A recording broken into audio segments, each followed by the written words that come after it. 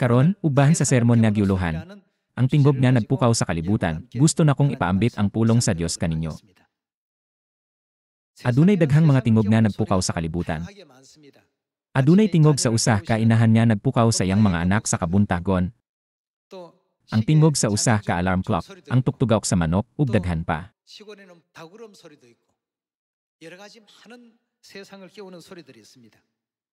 Apan, ang kalag nga natulog dili mapukaw pinaagi sa usa ka alarm clock, tingog sa inahan, o bisan unsang tingog.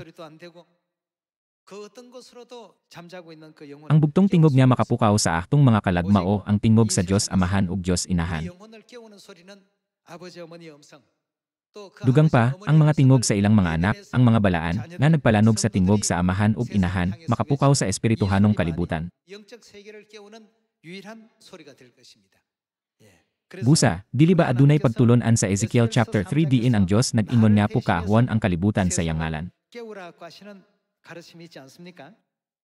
Atong tanaahwan ang Ezekiel chapter 3 verse 16.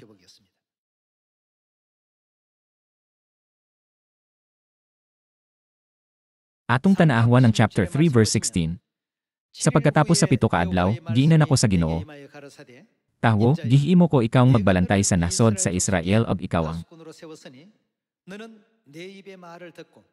Ang unsa, mopahimangno kanila kon may isulti ako kanimo.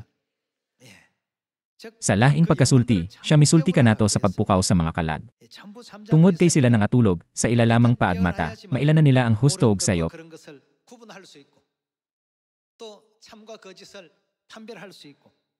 Kamatuoran gikan sa bakak, ug ang ginharian sa langit gikan sa impyerno.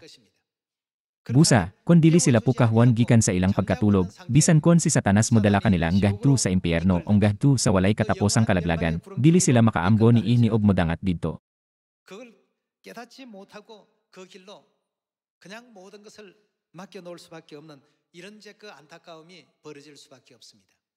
Busa, kinahanglan natong ikulit ang kabubuton ni Amahan ug Inahan sa aktong mga kasing-kasing og pukahwan ang kalibutan pinaagi sa paghatag sa tingog sa espirituhanong alarm clock, kanah mao, ang tingog sa langit nung Inahan.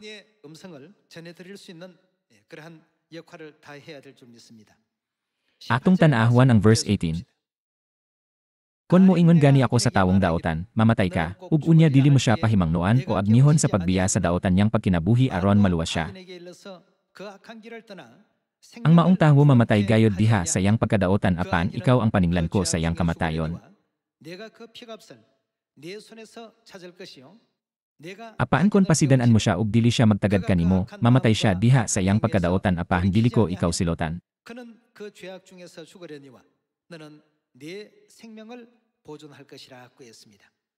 Sa akong huna-huna kini ang singgit nga makapukaw sa kalibutan, ug kini nga tingog sa propesiya kinahanglan nga ipahayag sa tibuok kalibutan.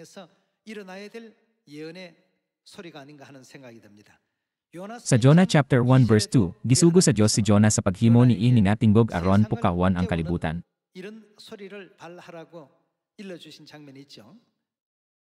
Moadto kita sa Jonah chapter 1 verse 2.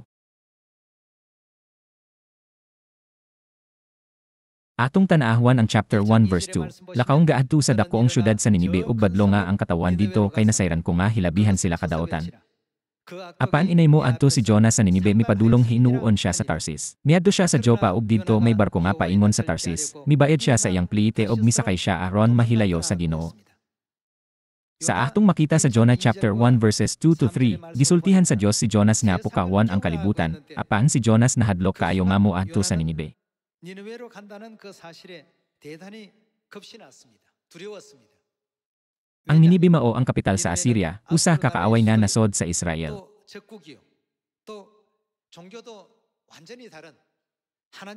Ang mga tawo wala motuo sa Dios apan nagsimba sa paganong mga Dios. Ang Dios misugo kaniya sa pag-adto didto og sa pagsangyaw sa iyang kabubuton. Dugang pa, kini dili aron sa pagpanalangin kanila, kundi dili sa paghatag ngadto kanila og usa ka pasidaan bahin sa katalagman. Naghuna-huna siya, kini sama sa pagpirma sa akong kaugalingong death warrant. Bisan wala makita ang resulta, ang kasing-kasing ni Jonas puno sa kahadlo. Busa, siya misulay sa pag-ikyas ngadto sa usa kalayong daapit nga gitahwag og Tarsis sa Europa. Gikan sa Joppa, ang Tarsis kapin sa 2,000 kilometro ang gilayon. Sa dihang siya miisulay sa pag-ikya sa layo sakay sa barko, ang Diyos naghimo og lain-laing mga kahimtang aron pukahon si Jonas. Ug sa katapusan, si Jonas naghinulsol, ug pinaagi sa pagsangyaw sa kabubuton sa Dios. Dili ba nakag-iyag siya og 120,000 ka tawo sa Ninibe ngadto sa paghinulsol? Kita ang mga propeta niini nga panahon.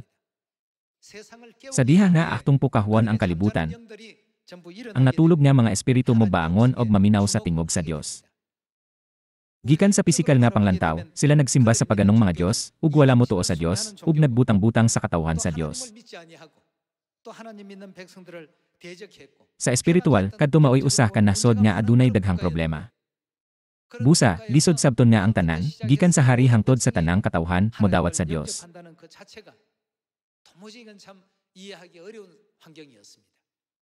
Apan, sa dihang misunod siya, ang espirituhanong kalibutan na higmata.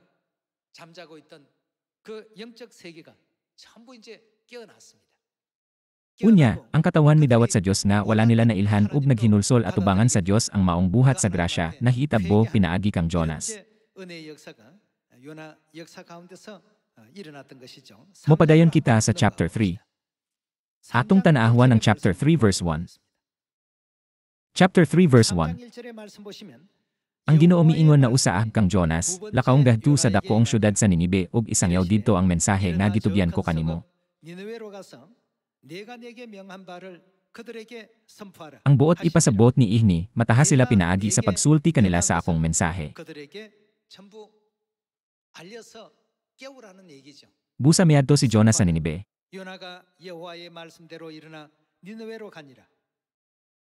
Sa pagtan-aw ni Jonas, ang mga tawo aduna ilahi nga pagtuo og nagsakit sa Israel, ug kini nga nasud usa kagamhanan nga nasud, mao nga mura kini og imposible, apan naghinulsol sila sa atubangan sa Dios.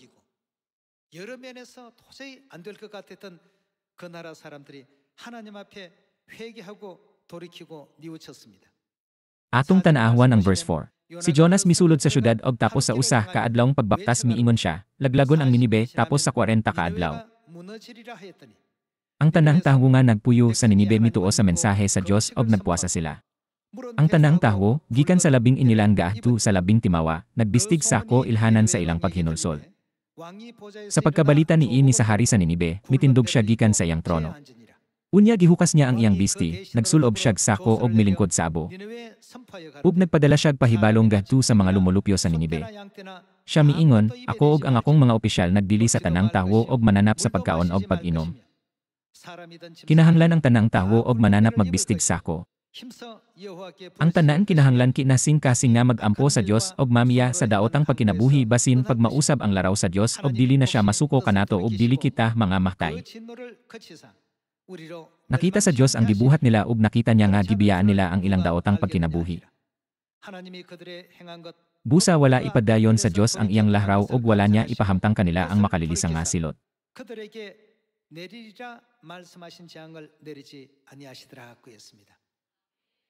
Niining paagiha, ang mga kalag sa 120,000 ka mga taga-Ninibe na higmata sa tingog nga nagpukaw kanila.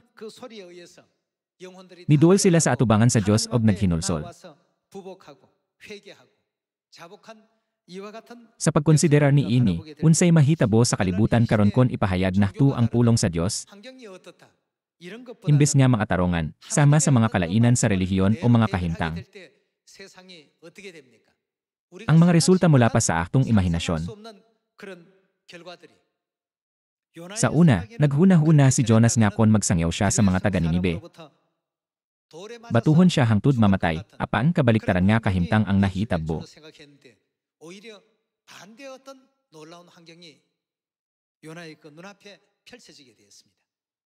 Usa ka dili mahuna-huna nga sitwasyon ang mitungha.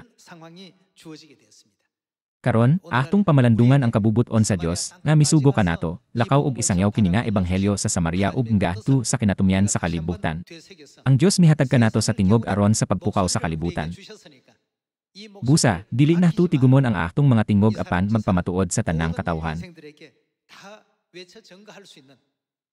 Ako masaligon nga ang Dios mohatag kanato og gahom sa pagpukaw sa kalibutan uban sa tinaw nga tingog sama sa kang Jonas sa Ninibe.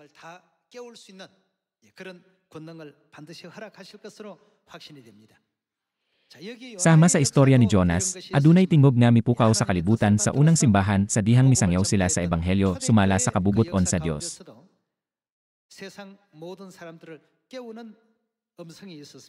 Atong tanaahwan ang Acts chapter 2 verse 14.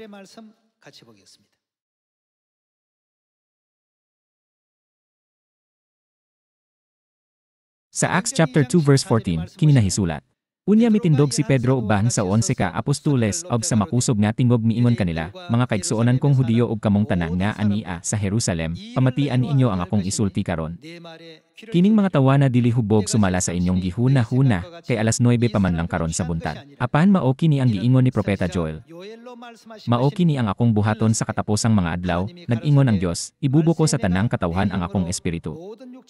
Ang inyong mga anak nga lalaki ug babaye magsulti sa mensahe sa Dios, ang inyong mga batan-ong lalaki makakitag mga pananawon, ug ang inyong mga tigulang nga lalaki magdambog mga damgo.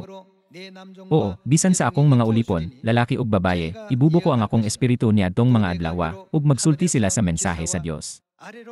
Maghimo akog mga milagro diha sa kalangitan, ug mga katingalahan dinhi sa yuta. Aduna unyay dugo ug kalayo ug mabagang aso. Mungitngit ang adlaw, ug ang bulan mahimong pula sama sa dugo, sa dili pa mo abot ang dako ug mahimayaong adlaw sa Ginoo. Ug ang mosangpit sa ngalan sa Ginoo maluwas. Mga taga-Israel, pamati kamo, atong tan-ahwan kon unsay nahitabo niadtong adlaw sa dihang siya maisogong mipahayag sa verse 38. Atong tan-ahwan ang verse 38. Unya miingon si Pedro kanila, ang tagsa-tagsa kaninyo kinahanglan nga maghinulsol ug magpabunyag sa ngalan ni Hesukristo aron pasayloon ang inyong mga sala, ug madawat niinyo ang gasa sa Dios nga mao ang Espiritu Santo. Kay ang saad sa Dios alang man kaninyo ug sa inyong mga anak ug sa tanan nga atua sa layo, ang tanan nga pagatawgon sa atong Ginoong Dios ngadto kaniya. Naghatag si Pedro og daghan pang pagpamatuod kanila ug miagda nga nag-ingon, luwasan niinyo ang inyong kaugalingon sa silot nga ipahamtang niining daotang katawhan. Daghan kanila ang mituo sa iyang mensahe ug nagpabunyag. Mga 3,000 ka tawo ang nahidugang sa pundok sa mga magtutuo niadtong adlaw. Kini ang tingog nga nagpukaw sa kalibutan. Sa susama, sa dihang kita mo sangyaw kang bisan kinsa sa kamatuoran, ang tanang tawo sa kalibutan mahigmata.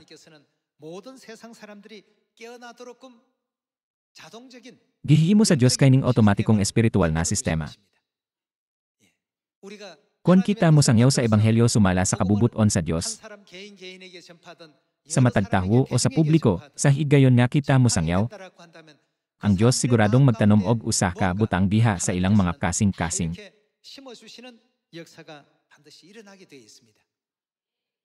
Apan, kon kita mo sangyaw nga walay pagtuo, dili kita makakabot sa bisan unsa nga resulta. Sa lahing pagkasulti, sama kini sa pagtanom og patay nga liso. Apan, dili ba kini nag-ingon nga ang pulong sa Dios buhi? Dugang pa, dili ba kini nag-ingon nga kini aktibo? Sa dihang masangyaw na kini, lain-lain nga mga buhat ang mahitabo sa kasing-kasing sa mga tawo nga magdala kanila ngadto sa talagsaong mga kausaban. Sama sa mga taga Ninibe, gikan sa hari ngadto sa ordinaryong mga tawo. Wala sila mutuo sa Dios og gisakit ang mga Israelita, apan naghinulsol sila atubangan sa Dios. Ang Dios mohimo sa usa ka talagsaon nga panghitabo pinaagi sa gahom sa iyang pulong. Ingon usaab niya na si Pedro. Iyang giwali ang maayong balita sa Dios niadtong walay nahibaluan bahin niini. Og 3,000 ka tawo ang naghinulsol sa usa ka adlaw.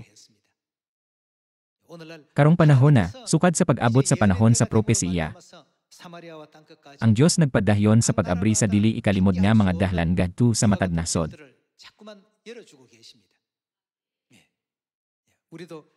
Busa, magkugi kita sa pagsangyaw sa ebanghelyo niadtong anaa sa aktong palibot og sa tanan nga aktong mahimamat sa gawas sa nasod. Kinahanglang mutuo kita nga ang aktong tingog nagpukaw sa nangatulog nga mga kalag. Kini sama sa pagtugtugaw sa manok nga nagpagula sa kaadlawon. Kinahanglan niya adunay usah nga magpatingog sa alarm aron sila mapukaw gikan sa ilang lawom nga pagkatulog. Samtang natulog, dili sila makasabot bisan sa labing maayong mga pulong. Sa dihang sila magmata, ilang susihon ang Biblia, mangutana, tinuod ba nga ang Diyos inahan anaa sa Biblia?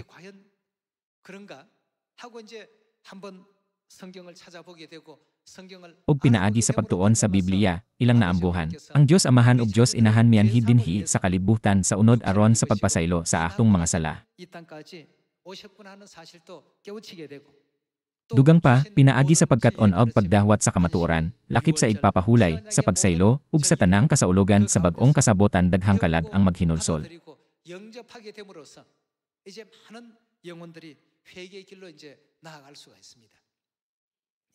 Gibuhat kini sa Dios aron sa dihang isangyaw na ang ebanghelyo, ang matag nasod makaabri sa ilang mga dalunggan.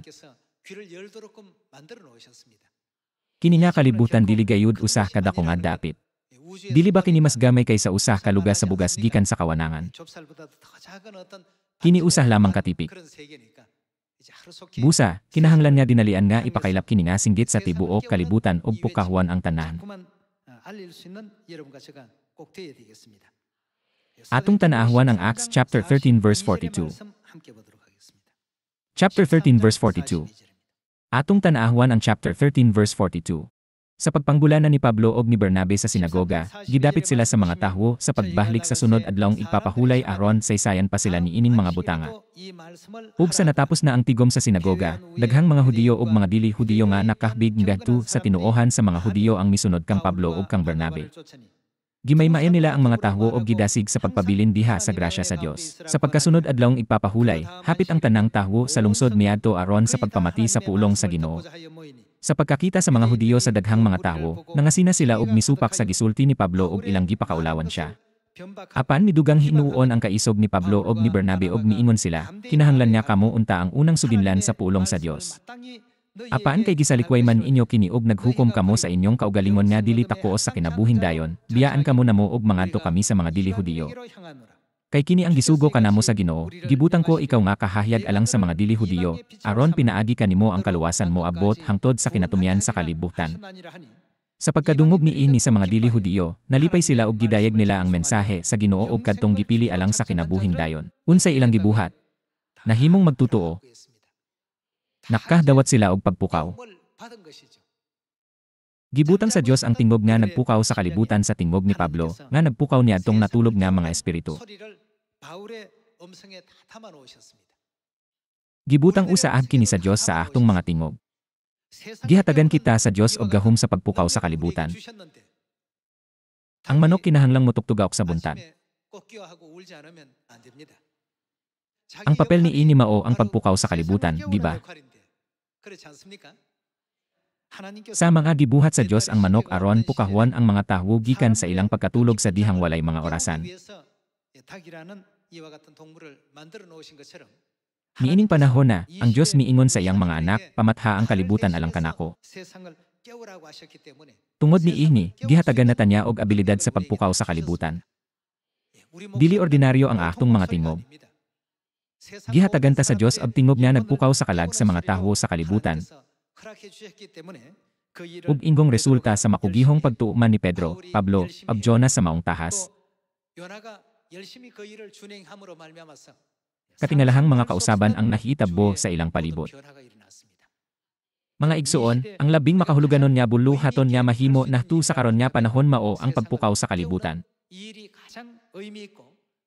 Tungod kay mao kini ang gisalig sa Dios kanato, kinahanglan kitang mopamatuod sa tanang tawo mahitungod sa langitnong amahan ug langitnong inahan ug sa pagsangyaw sa kamatuoran sa bag-ong kasabotan nga gihatag sa Dios kanato. Tan-ah wansab nahtu ang propesiya bahin sa mga singgit nga nagpukaw sa kalibutan. Karon, kinahanglang masabtan sa tanan nga ang atong tingog dili ordinaryo nga tingog ug kinahanglang dili kita maghilom.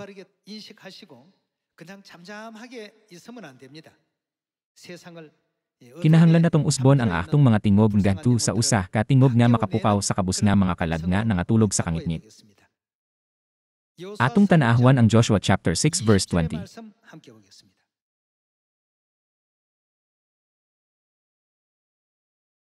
Atong tanaahwan ang chapter 6 verse 20. Busa gipatingog sa mga pari ang mga budyo nga sungay.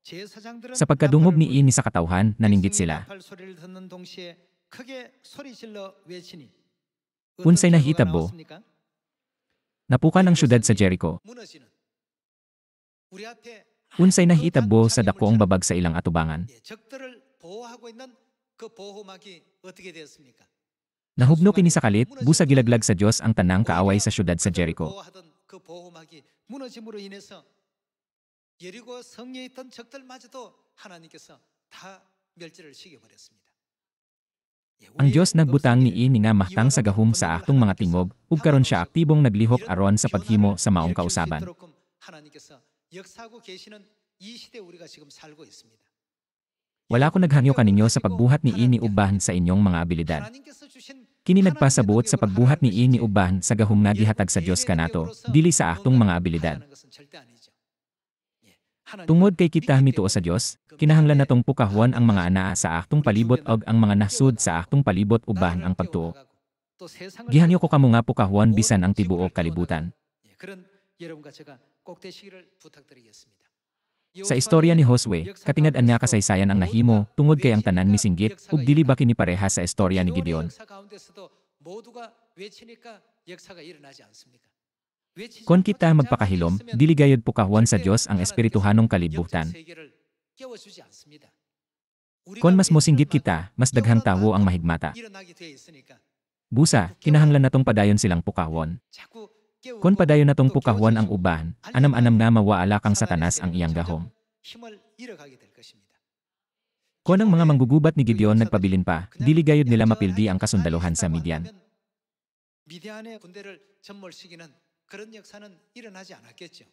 Kinahanglan kitang mosinggit.